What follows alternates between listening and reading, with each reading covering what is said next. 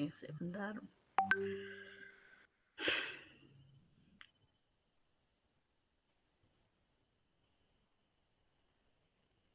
Assalamualaikum warahmatullahi wabarakatuh.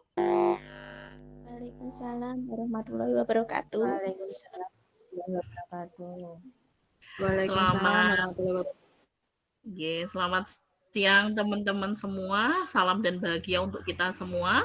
Hari ini kita berjumpa dalam webinar Budaya Positif yang akan dibawakan oleh saya, Freti Fajarwati dari SMA Negeri 1 Pelosok Klaten, dan teman saya, Bu Mega Habsari dari SD Negeri Pagu 1.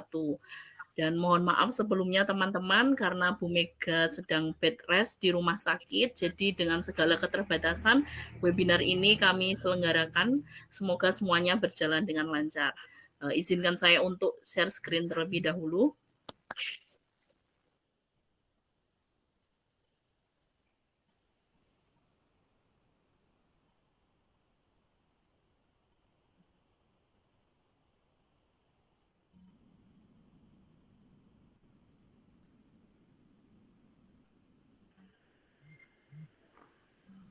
Baiklah, baik teruskan.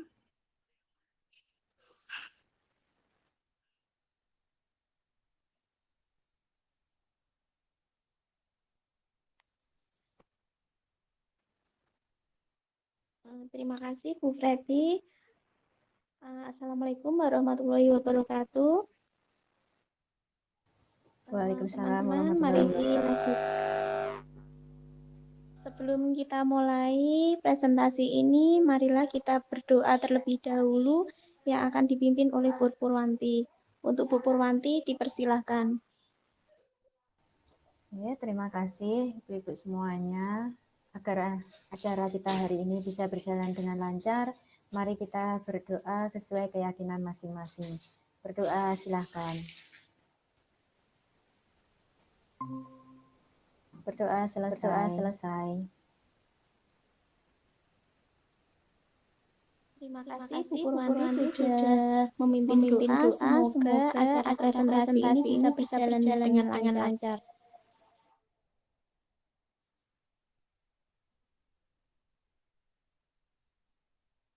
Setelah berdoa, marilah kita menyanyikan lagu kebangsaan Indonesia Raya terlebih dahulu.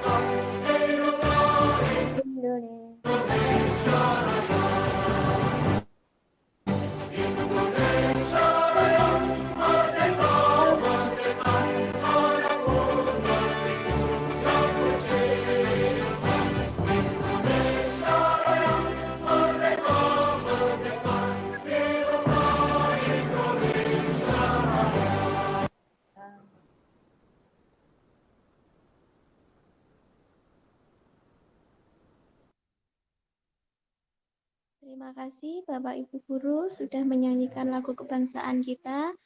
Selanjutnya, saya akan mempresentasikan budaya positif. Sebelum saya mulai untuk presentasi ini, saya akan memberikan pertanyaan pemantik. Nanti Bapak atau Ibu Guru silahkan menjawab dari pernyataan 1, pernyataan 2, pernyataan 3 dengan menjawab setuju atau tidak setuju dengan membuka mikrofon, nggih. Untuk pernyataan yang pertama, hukum dapat mendisiplinkan anak. Apakah menurut Bapak Ibu itu setuju atau tidak? Tidak setuju. Tidak setuju. Baiklah, untuk pernyataan yang kedua, pemberian hukuman dengan hal positif seperti membaca atau membersihkan halaman sekolah dapat meningkatkan disiplin anak. Setuju atau tidak setuju, Bapak Ibu? Setuju. Setuju. Setuju. Untuk pernyataan yang ketiga, memberi penghargaan dapat meningkatkan motivasi belajar anak. Setuju atau Setuju. tidak, Bapak Ibu? Setuju. Setuju. Setuju. Baik, Bapak Ibu, untuk budaya positif ini, untuk pernyataan yang pertama, hukuman itu dapat mendisiplinkan anak. Sebetulnya ini sangat bertentangan dengan budaya positif. Karena mendisiplinkan anak itu tidak harus dengan hukuman. Jika dihukum, anak itu akan terbiasa melanggar dan kurangnya ada kesadaran pada diri anak. Dan untuk yang pernyataan kedua, pemberian hukuman dengan hal positif seperti membaca atau membersihkan halaman sekolah dapat meningkatkan disiplin anak. Itu bisa, tetapi tidak selamanya hukuman itu bisa meningkatkan hal positif karena anak-anak itu bisa menyepelekan karena hukumannya ringan, mereka lebih baik melanggar daripada mendisiplinkan diri. Untuk yang pernyataan ketiga, memberi penghargaan itu dapat meningkatkan motivasi belajar anak. Memang ada beberapa anak yang bisa meningkatkan motivasi dengan mendapatkan hadiah, tapi tidak selamanya dengan penghargaan mendapat hadiah itu bisa meningkatkan motivasi. Justru anak akan hanya termotivasi jika ada hadiah untuk yang dia terima. Jika tidak ada hadiah, anak tersebut tidak akan semangat dalam belajar. Untuk lebih jelasnya, mari perhatikan slide selanjutnya. Pembelajaran dengan paradigma baru. Pembelajaran dengan paradigma baru merupakan pembelajaran yang berorientasi pada penguatan kompetensi dan pengembangan karakter siswa yang sesuai dengan nilai-nilai Pancasila. Dari teori stimulus respon menuju teori kontrol atau pilihan.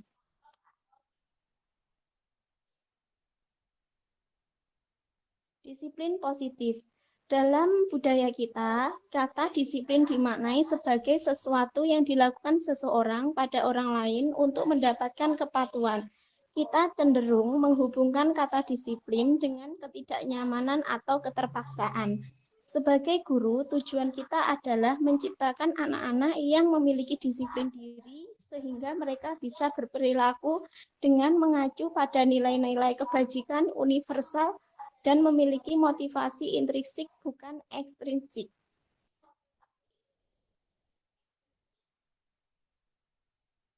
Disiplin positif merupakan salah satu cara penerapan disiplin yang bertujuan untuk menumbuhkan kesadaran serta memberdayakan anak untuk melakukan sesuatu tanpa sogokan, ancaman, maupun hukuman. Nah, dari sini kita bisa tahu disiplin positif yang kita berikan itu tanpa adanya sogokan, ya. Kemudian ada perbedaan antara peraturan dan keyakinan kelas. Mungkin Bapak Ibu Guru baru mengenal apa itu yang dimaksud dengan keyakinan kelas. Kalau peraturan sudah terbiasa, nggih. Kalau peraturan biasanya anak-anak masuk kelas itu sudah ada peraturan-peraturan tata tertib yang ada di tembok-tembok atau di dinding kelas. Kalau keyakinan kelas itu kita membuat kesepakatan bersama murid kita agar siswa itu merasa nyaman dan senang belajar di kelas. Apa yang mereka inginkan untuk belajar, kita buat keyakinan kelas. Contohnya untuk peraturan, selalu kembalikan buku ke tempatnya. Kalau keyakinan kelas, kita rubah kata-katanya menjadi tanggung jawab. Dilarang mengganggu orang lain. Untuk keyakinan kelasnya, menghormati orang lain. Untuk peraturan hadir di sekolah 15 menit sebelum pembelajaran dimulai, bisa dalam kata keyakinan kelas, menghormati orang lain, berkomitmen. Untuk peraturan dilarang melakukan kekerasan, untuk keyakinan kelasnya, keselamatan, menghormati orang lain. Untuk peraturan dilarang menggunakan narkoba, keyakinan kelasnya, keselamatan. Untuk peraturan bergantian atau menunggu giliran, keyakinan kelasnya, menghormati orang lain, bersabar. Untuk peraturan gunakan masker, keyakinan kelasnya, kesehatan, keselamatan. Untuk peraturan jangan berlari di kelas atau koridor, keyakinan kelasnya, keselamatan, keamanan.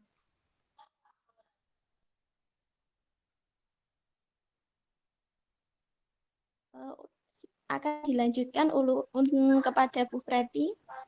Ya, terima kasih Bu Mega.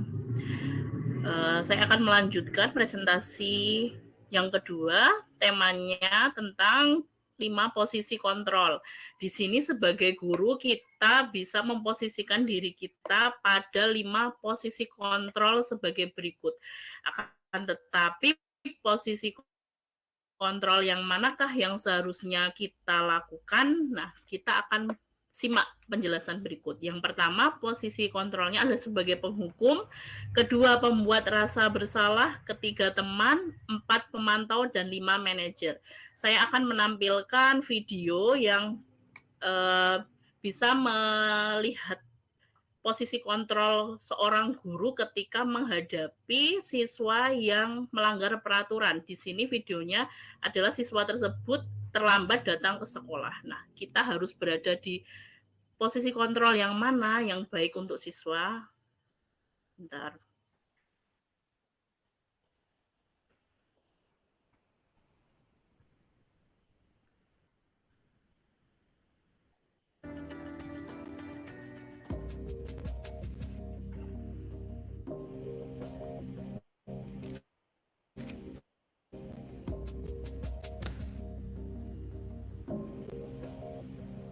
Naren! Sini kamu! Selamat pagi, Bu. Selalu terlambat. Kamu deh, pasti terlambat. Maaf, Bu. Saya... Apa? Apa coba? Alasan kamu apa lagi? Kapan sih kamu tidak terlambat? Malas sekali ya kamu jadi anak. Saya... Dasar pemalas. Gak kapok-kapok sih kamu. Sudah berapa kali terlambat? Sana, kamu keliling lapangan basket 2 kali. Kenapa saya harus keliling lapangan basket, Bu? Kenapa? Kamu mau lawan ibu? Berani-beraninya jawab, sudah terlambat, masih berani jawab pula. Sekarang, keliling lapangan basket 5 kali sekalian, biar kapok. Cepat, pergi sana ke lapangan basket. Posisi penghukum biasanya berbicara dengan nada tinggi, menghardik, menunjuk-nunjuk, menyakiti, dan menyindir. Hukuman bisa berupa fisik maupun psikis. Ibu dan bapak guru hebat. Dampak yang terjadi pada murid ketika guru berada pada posisi penghukum adalah murid cenderung akan memberontak, bahkan menyimpan dendam.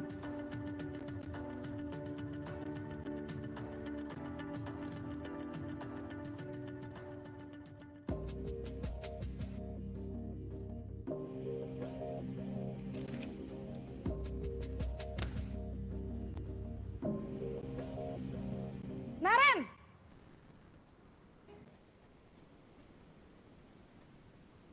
Selamat pagi, Bu. Naren, kamu kenapa terlambat lagi, nak? Ya Tuhan, Naren, kamu senang ya bikin ibu susah ya? Kalau kamu terlambat lagi, nanti ibu yang ditegur bapak kepala sekolah, nak. Disangka ibu tidak bisa membina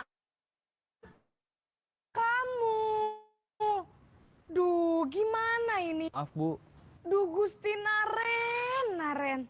Kamu suka ya kalau ibu ditegur bapak kepala sekolah? Terus, sekarang ibu harus tulis apa ini di buku absen? Ini kamu udah sering terlambat loh. Ibu harus apa coba? maaf Bu, maaf sekali. Ya sudah, lain kali jangan bikin ibu susah lagi ya nak ya. Ibu tidak akan kuat lagi kalau kamu begini terus. Bisa jantungan kalau ibu ditegur bapak kepala sekolah. Sana cepat ke kelas. Maaf ya Bu, maaf sekali. Posisi pembuat rasa bersalah berbicara dengan nada tenang, cenderung lembut. Namun kata-kata yang diutarakan membuat murid merasa menjadi orang yang gagal. Memandang buruk dirinya sendiri, merasa tidak berharga, dan tidak sanggup membahagiakan orang lain. Ketika guru mengambil posisi pembuat rasa bersalah, murid akan menganggap dirinya yang bersalah dan ia akan menyimpan emosi negatif tersebut di dalam dirinya.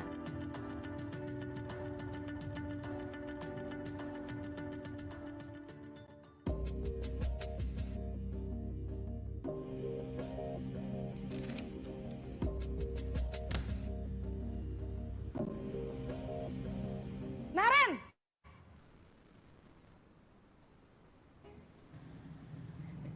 Selamat pagi Bu.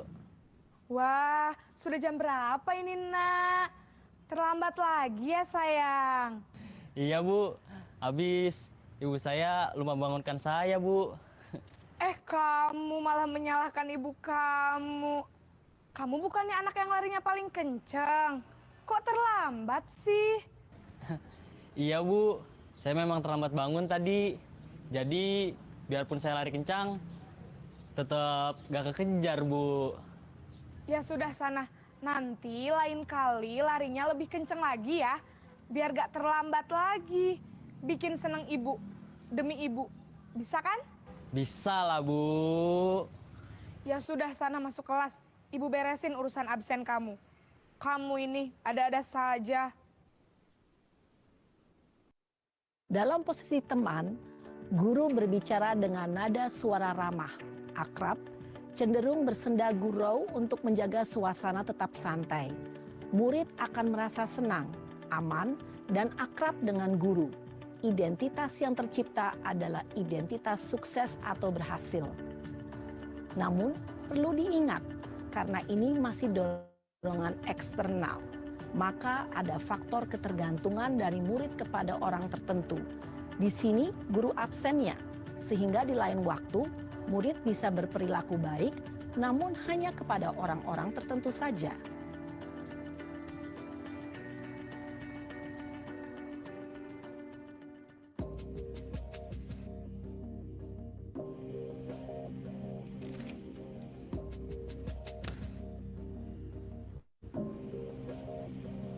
Naren!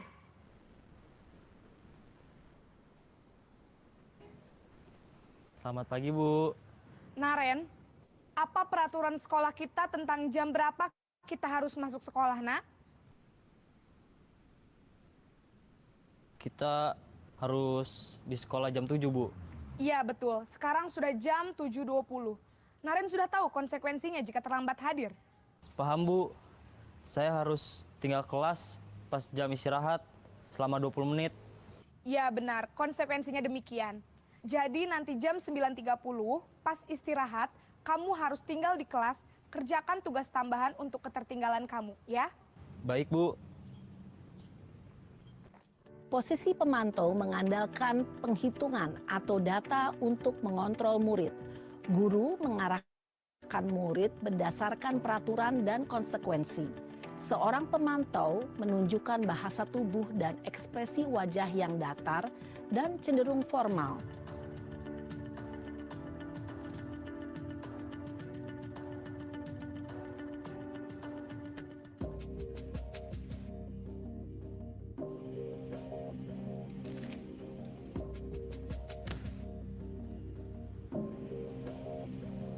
Naren! Selamat pagi Bu. Selamat pagi, Naren. Maaf Bu, saya terlambat. Iya, sekolah masuknya jam 7, sekarang sudah jam 7.20. Jadi sekarang bagaimana ini, Naren? Maaf Bu, saya lupa setel alarm saya semalam. Baiklah, menurut kamu, keyakinan sekolah yang mana yang perlu kamu tingkatkan? Menghargai diri sendiri dan orang lain mungkin ya Bu. Setuju. Jadi, apakah Naren meyakini prinsip saling menghormati tersebut? Iya Bu, saya meyakininya. Apakah Naren bersedia memperbaiki masalah keterlambatan ini? Bersedia Bu. Bagaimana kamu akan perbaiki masalah keterlambatan ini? Saya akan coba untuk tidak lupa menyetel alarm saya Bu. Baik, kalau Naren lupa menyetel alarm di rumah, ada orang yang kira-kira bisa bantu mengingatkan tidak? Ada Bu, kakak saya, Kak Ema. Ada lagi selain Kak Ema? Selain Kak Ema, ada ibu saya. Baik, jadi yang mengingatkan Naren adalah Kak Ema dan ibu kamu ya? Kira-kira akan mulai setel alarm kapan nih, Naren? Setelah pulang sekolah, akan segera saya lakukan. Baik, jadi Naren akan setel alarm untuk bangun besok pagi dan akan diingatkan oleh kakak dan ibunda Naren ya. Ada lagi yang mungkin perlu dilakukan, Naren? Agar tidak terlambat bangun lagi. Tidak ada Bu. Baik, Naren. Terima kasih untuk kerjasama kamu. Sekarang kamu perlu kembali ke kelas untuk belajar. Baik Bu, terima kasih. Posisi manajer adalah posisi kontrol yang disarankan untuk membimbing murid memiliki sikap disiplin yang positif, yaitu murid yang mandiri, bertanggung jawab, dan dapat memecahkan masalah. Tujuan dari posisi ini adalah agar murid dapat berefleksi atas tindakannya. Guru akan dengan tulus memberikan pertanyaan-pertanyaan bermakna, sehingga membuat murid dapat belajar dari kesalahannya dan mencari sebuah solusi untuk menyelesaikannya.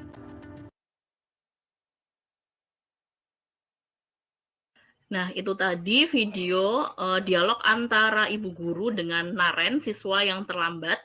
Jadi di situ Naren melakukan kesalahan, datang terlambat ke sekolah, tapi sebagai guru ternyata seharusnya kita berada pada posisi manajer. Jadi kita tidak boleh marah-marah kepada siswa, membentak siswa, tidak memberi kesempatan siswa untuk berbicara. Jadi sebagai seorang manajer, kita menuntun siswa, membimbing siswa agar mereka yang melakukan kesalahan itu tidak down mentalnya dan dia bisa mencari solusi sendiri atas permasalahan yang dia hadapi. Seperti itu Bapak Ibu Guru. Sebentar, saya stop dulu, saya lanjutkan presentasi PowerPoint-nya.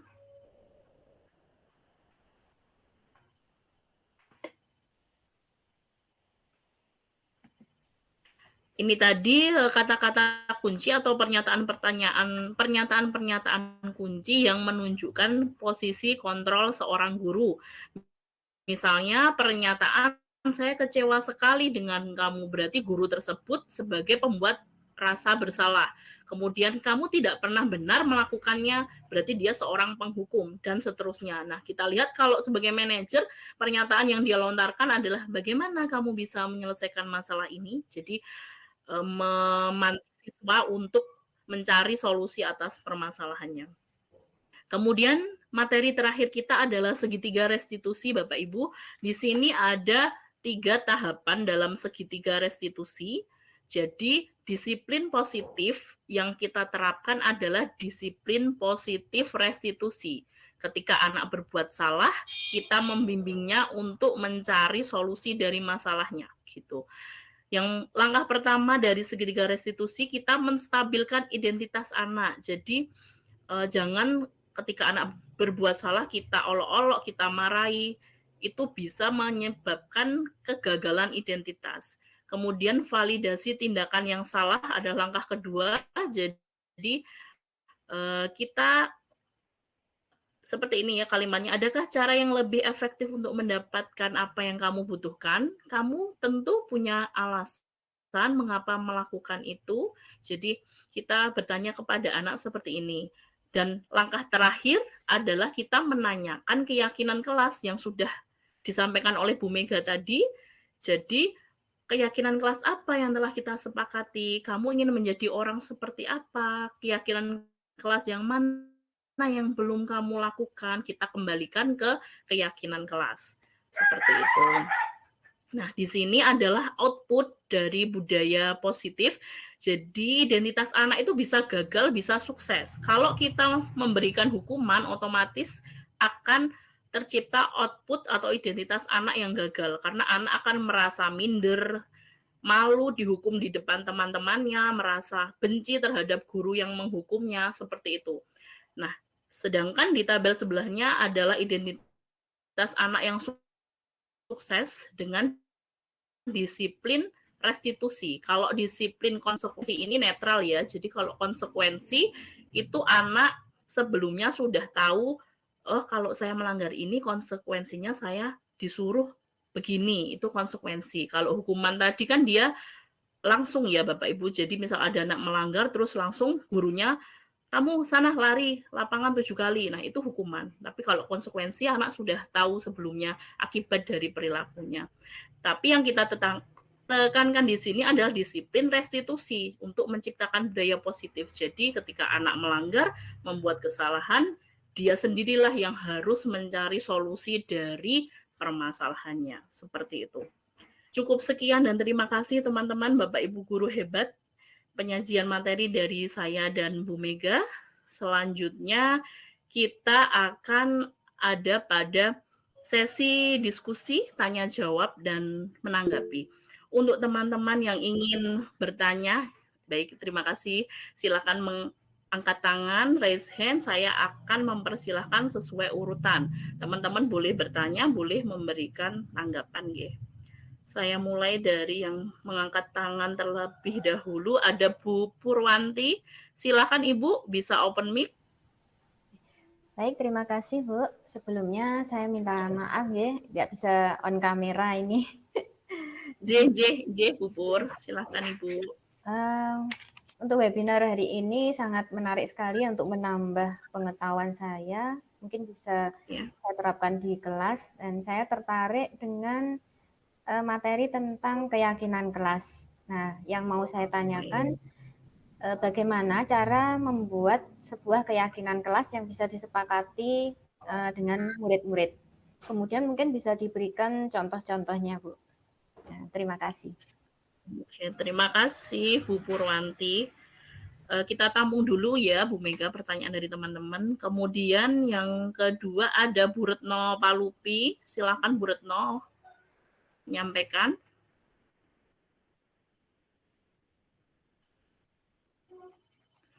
Bu Retno belum bisa bergabung, belum on. Kita lewati dulu ke Bu Poncong ya. Bu Poncong, oh Bu Retno sudah. Ya Bu Retno silakan. Iya, sebelumnya saya ucapkan terima kasih untuk Bu Freti dan Bu Mega atas informasi dan wawasan yang diberikan. Terkait dengan materi yang disampaikan oleh Bu Freti, Bu, saya mau bertanya, tadi kan ada 3 tahapan segitiga restitusi ya Bu, apakah dari 3 tahapan ini harus dilakukan secara lengkap dan berurutan seperti itu? Mohon pencerahannya Bu Freti, terima kasih. Baik, terima kasih Bu Retno. Kemudian penanya ketiga Bu Ponco, silakan Bu Ponco.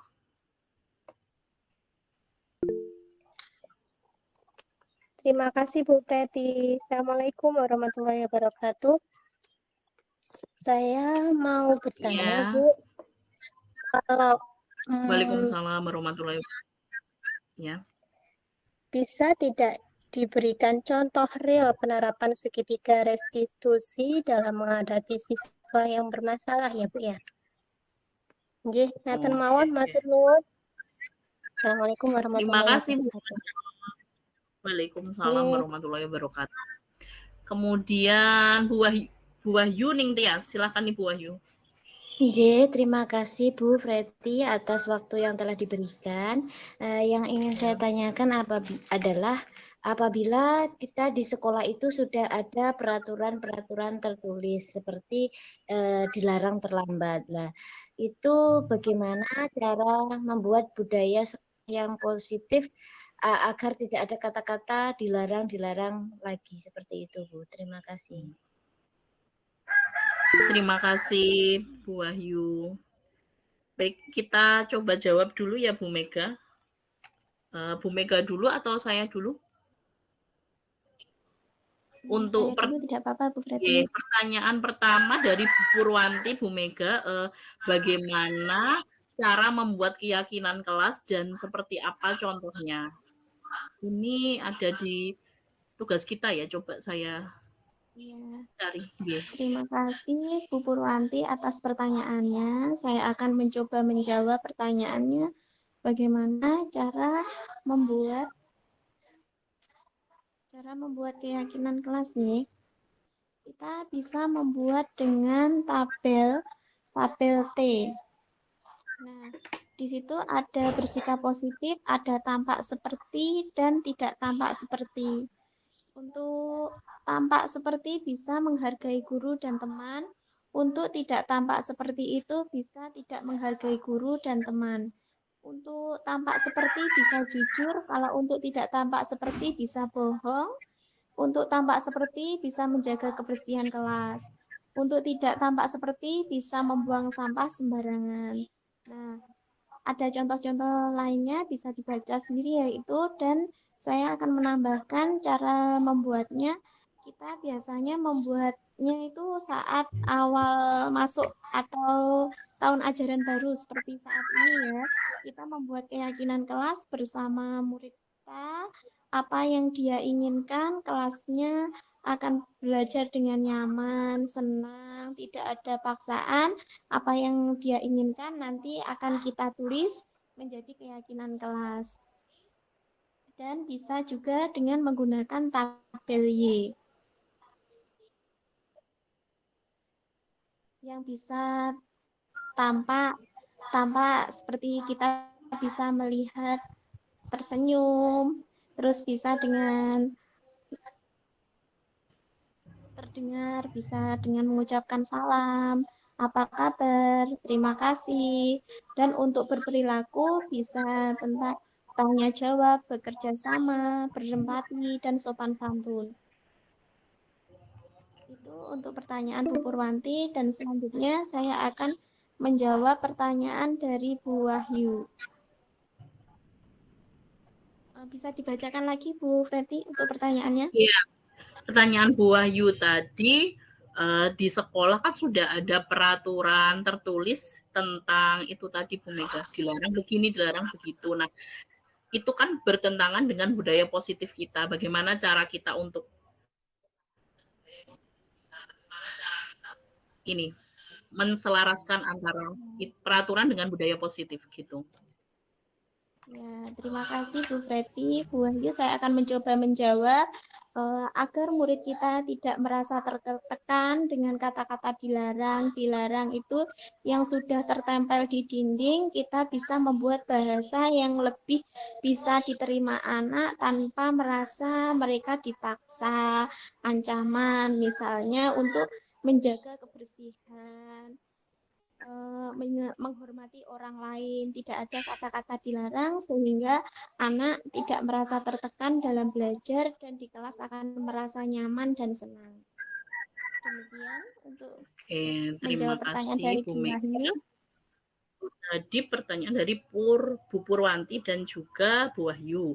Kemudian saya akan menjawab pertanyaan dari Bu Retno Palupi tentang 3 tahapan segitiga restitusi, apakah harus lengkap dan berurutan? Jawabannya iya Ibu. Jadi memang tahapannya mulai dari 1, 2, 3 itu harus dilaksanakan secara lengkap dan urut. Tidak boleh dibalik-balik.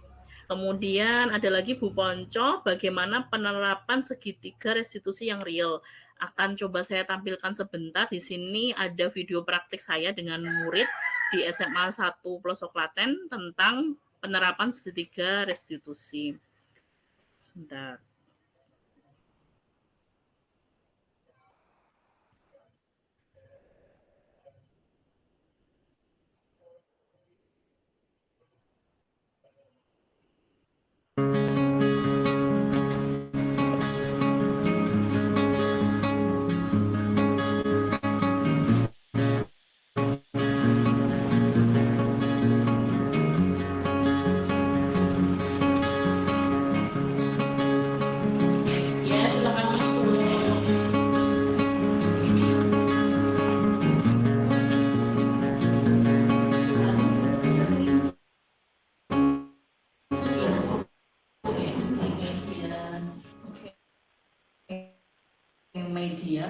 tahu mengapa Bu Freti memanggil kamu hari ini ke sini? Benar sih, Bu. Nah, benar sekali. Tapi kemarin seingat Bu Freti kamu masuk kan? Iya, Bu, benar saya masuk, tapi saya tidak mengulang tugas, Bu. Oh begitu, ya gini ya media, pasti semua orang itu pernah berbuat salah, termasuk Bu Freti, pasti Bu Freti juga pernah melakukan kesalahan dan itu sangat wajar sekali. Kira-kira apa sih alasan kamu tidak mengerjakan tugas kemarin?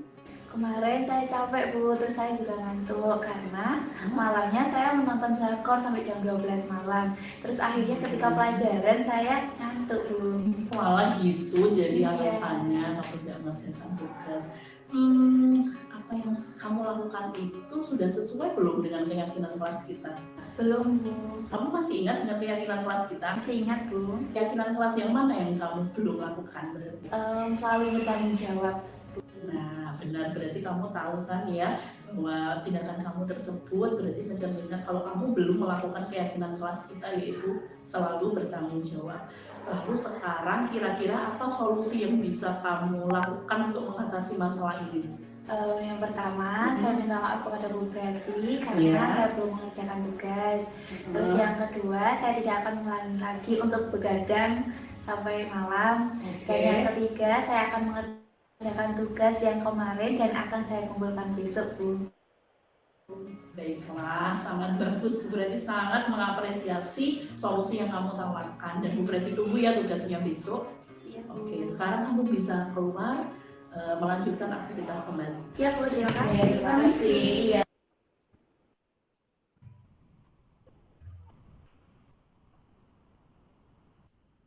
Ya, itu tadi Bu Ponco, salah satu contoh penerapan segitiga restitusi yang sudah saya lakukan.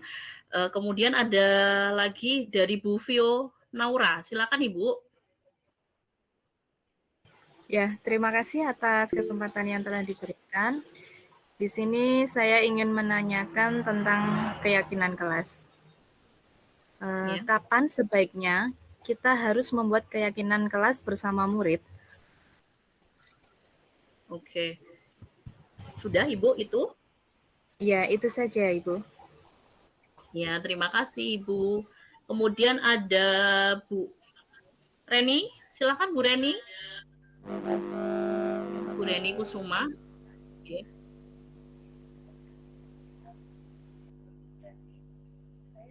Maaf Bu Reni, mic-nya tidak kedengaran.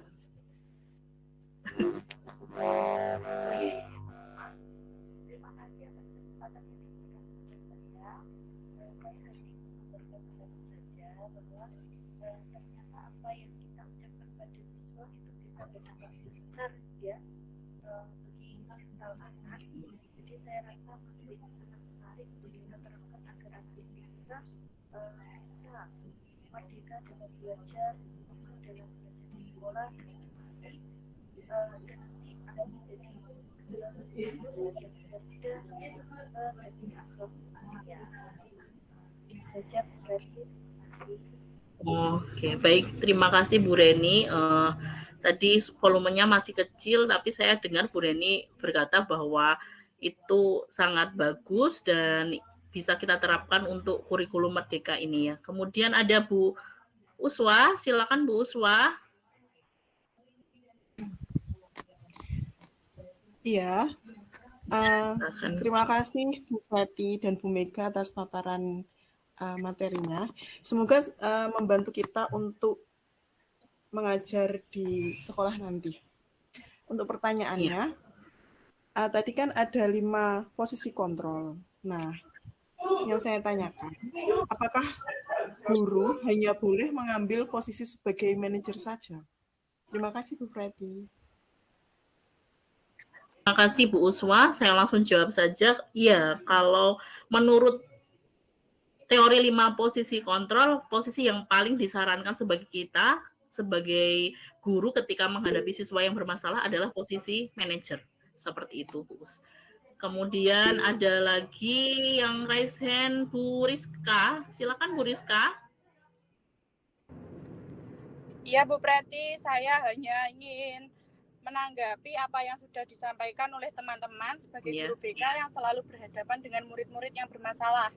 Menurut saya materi ini Oh, sangat iya. menarik, terutama tentang posisi kontrol guru dan segitiga restitusi. Jadi saya lebih paham tentang bagaimana berdialog dan membimbing siswa dalam pemecahan masalah. Terima kasih banyak kepada teman-teman dan Bu Preti serta Bu Mega sudah memberikan wawasan yang cukup sebagai modal saya untuk di dalam kelas. Baiklah, terima kasih Bu Rizka. Sangat membantu nggih untuk terutama guru BK yang selalu berhadapan dengan siswa yang bermasalah. Saya kira waktunya sudah habis, Bapak Ibu, sudah 2:30. Oh, masih ada yang mengangkat tangan. Iya, Bu Mega, silakan. Saya akan mencoba menjawab dari pertanyaan Bu Vio tadi ya. Oh iya, Bu Vio belum terjawab. Kapan pelaksanaan membuat keyakinan yang baik itu saat tahun ajaran baru. Ketika kita awal akan mengajar anak-anak, kita bisa membuat kesepakatan kelas atau keyakinan kelas itu. Oke, intinya di awal nggih, Bu Mega. Baiklah. Saya kira sudah cukup nggih, Bu Mega, sesi webinar kita pada siang hari ini. Saya mengucapkan terima kasih yang sebesar-besarnya kepada teman-teman semua yang sudah rela meluangkan waktunya di siang hari ini untuk mengikuti webinar kami, dan semoga apa yang kita diskusikan, apa yang kita sampaikan bermanfaat untuk pendidikan anak-anak kita semua. Dan mohon maaf apabila dari awal sampai akhir saya dan Bu Mega banyak kurangnya dalam penyampaian materi. Kita belajar bersama-sama nih Bapak Ibu.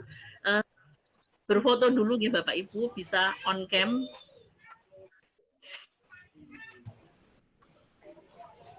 Kecuali yang tidak memungkinkan nggak apa-apa.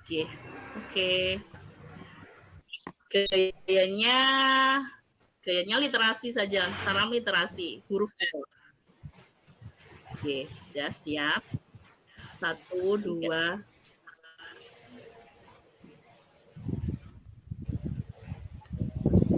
Oke, sudah. Terima kasih Bapak Ibu semua sudah boleh meninggalkan Jimit kita pada siang hari ini. Dari saya dan Bu Mega, akhirul kalam, wassalamualaikum warahmatullahi wabarakatuh. Terima kasih semua. Sukses selalu, sukses selalu. Terima kasih. Terima kasih teman-teman. Assalamualaikum warahmatullahi wabarakatuh.